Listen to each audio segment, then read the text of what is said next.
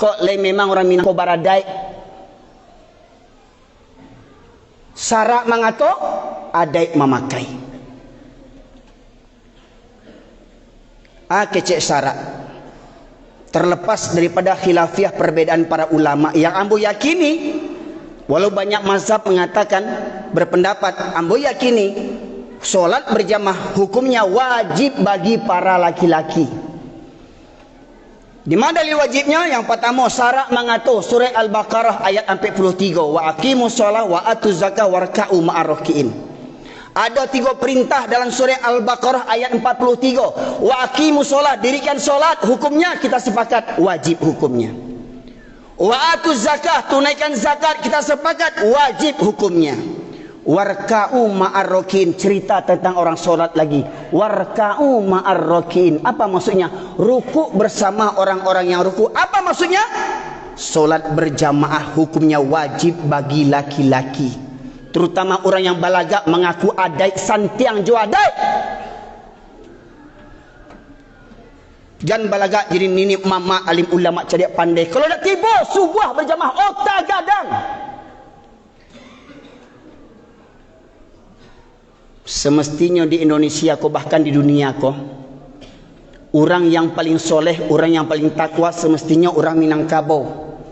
Sebab yang punya falsafah adai bahasa nijo syarat bahasa nijo kitabullah, syarat mengatur adai memakai, cuman orang Minang yang punya, orang Arabnya tak punya tu. Santiangnya orang Minangkabau kok, Pak. Santiang orang Minangkabau kok. Nah, terus yang tak sembahyang seminggu sekali tu orang itu. Yang hari-hari hidupnya juanjiang orangnya tu. Betul Ustaz kasana menyebut anjiang, tak perlu diterjemahkan wawaw. Kalau anjiang sebut anjiang, Pak. Ya. Dalam Al-Quran disebutkan surat Al-A'raf 176. Famathaluhu kamathalil kalbi. Orang yang lebih cenderung kepada dunia dan menurutkan hawa nafsunya rendah, perumpamaan mereka seperti anjing, kata Allah. Famathaluhu kamathalil kalbi. Tidak perlu dibuat seperti wawaw. Allah katakan anjing, sebut anjing. Jangan awak lebih bersantun, lebih beradab, perlu awak merasa lebih beradab daripada Allah Subhanahu wa taala. Caliak beko di rumah surah Al-A'raf 176. Allah sabut di situ anjing. Orang yang wakatunya habis untuk urusan dunia. Pai baburu talok jauh-jauh, menengah kaji nak talok, sama ju anjing kecil Allah. Maka tak heran kalau ada yang soto ju anjing sampai nak tahu mana orang mana anjing, sama ju bantuannya. Masya Allah muslimin. Mohon maaf, sidang jamaah Jumat rahimakumullah. Kaji kau harus sampaikan di apa? Di orang Minangko yang bercalik lah banyak makan basi. Basi pakak, basi turiak, basi mada. Kok cerita di rantau nak tangguang orang Minangko yang paling santiang agamanya. Oh, kami orang Minang nak akan tagadai akidah kami doh. Alun tagadai akidah sembahyang seminggu sekali. Alun tagadai, alun pindah agama tu sembahyang seminggu sekali. Alun pindah agama tu juanjiang jo hidup sehari-hari. Kok berang yang punya anjing, kok berang seorang je lah. Kok mati tagang seorang je lah. Bila ketobat lah, bila kesadar je lah. Mujur musaji kau tak ada yang buat anjing. Masya Allah muslimin yang dirahmati oleh Allah. Itu yang pertama. Tauhid. Apa tauhid itu? Segala sesuatu yang dianggap, yang disamakan dengan kedudukan Allah sebagai Tuhan, yang lebih dicintai, yang lebih ditaati, yang lebih ditakuti. Tempat bergantung yang dianggap bisa mendatangkan rezeki, yang dianggap bisa menahan gunung Merapi, ya, seperti gunung Merapi di Jawa ada Mbah Marijan, katanya penjaga kunci pintu gunung Merapi. Di gunung Merapi kok siapa kuncinya di bagian datuk asnya macam kuncinya tu, Masya Allah muslimin, segadang kuncinya tu. Menganggap bisa menghindarkan bencana. Itu semuanya tauhid. Dukun-dukun itu tauhid tu. Santiang lo dukun tu taunya pitih orang hilang di mata saleknya, tahu dukun tu, setan dukun tu, Masya Allah muslimin. Oh bahas pegale kadai balabo pajang foto tuanku saliyah sanak mau di Pariaman, setan tu, Masya Allah muslimin. Tauhid. Bahkan mungkin foto Tuanku Salih lebih bisa mendatangkan rezeki. Kalau bulia memajang foto, tunggu foto Yesus awak pajang leh. Yesus tu kan Nabi tu. Ha?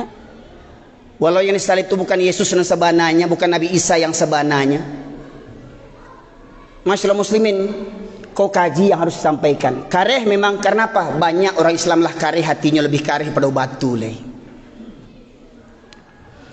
Kemudian yang kedua masyaallah muslimin, Tuhan yang batil, sesat dan menyesatkan adalah al-alihah. Allah tegaskan dalam surat Al-Furqan surat ke-25 ayat 43. A'udzubillahi minasyaitonirrajim.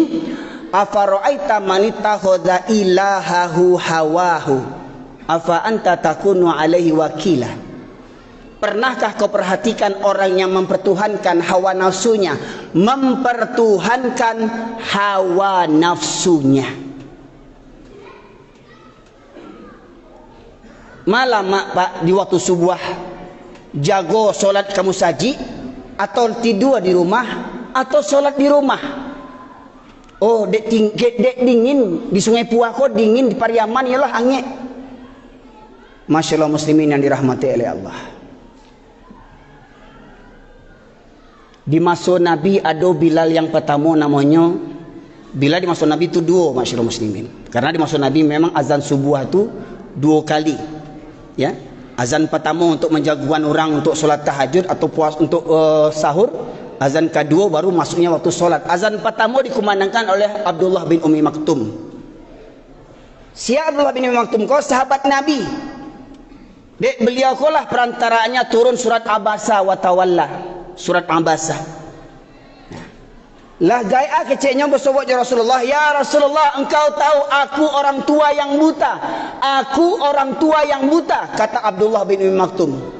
Rumahku jauh dari masjid. Jalan ke masjid berliku-liku.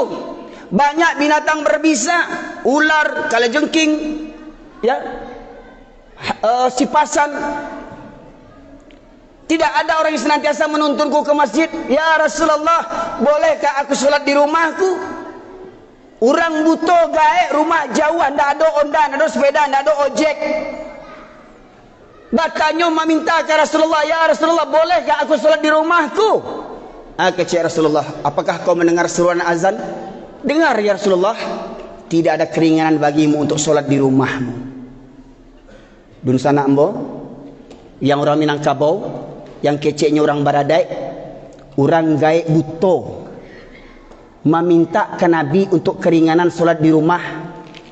Dan kecek kajian bo kareh, suara moyo kareh sebab mo lahir di Medan, tinggal di Pariaman, ya, darah Batak bersambung bersujadah Pariaman, makanya kareh suara mo. Tapi amo tak pernah seperti Rasulullah. Kecek Rasulullah datang orang buto, kecek Rasulullah meminta keringanan sembahyang di rumah. Kecek Rasulullah, apakah kau mendengar suruhan azan? Dengar Rasulullah. Tidak ada keringanan bagimu untuk solat di rumahmu. Orang tua buta tidak dapat keringanan solat di rumah. Hei kalian para pemuda, sehat, rumah dekat masjid, mobil mewah banyak, motor banyak, kekayaan banyak, tidak ke masjid. Kau lebih buta daripada Abdullah bin Ummi Maktum. Rumah bertetangga dengan masjid. Kalau istilah orang tinggal mulumpek, dia boleh tiba di masjid. Indak jo barang kek leh. Di riwayat yang lain Rasulullah menegaskan, aku ingin. Memang Rasulullah berkeinginan, belum dilakukannya, tapi beliau ingin. Apa keinginan beliau? Aku tunjuk salah seorang menjadi imam. Kumandangan qomat, aku tunjuk salah seorang menjadi imam. Dan aku ingin berkeliling kampung sembari membawa kayu bakar. Apabila aku dapati ada laki-laki yang sehat, balik, berakal, masih berada di rumah, sementara masjid telah mengumandangkan qomatnya, mereka masih berada di rumah, aku bakar rumah mereka. Kok nyampang idui awak di masa Rasulullah, ba'a rumah awak kini. Kok ingatnya ialah lagi ke surau, kok ayahnya lagi surau, anak mudanya, anak lajangnya. Hei pemuda, di mana kalian waktu subuh? Demi pacar namuah pai bajawah-jawah bau hujan-hujan demi pacarnya. Demi Allah, Main game talok sampai malaki subuh. Masuk waktu subuh, pulang pergi lalok, bukan pergi sembahyang. Abdullah bin Umi Maktum, orang gaib nan buto, ndak dapat keringanan solat di rumah. Siawak. Maka benarlah kata Rasulullah, dua solat yang berat bagi orang munafik.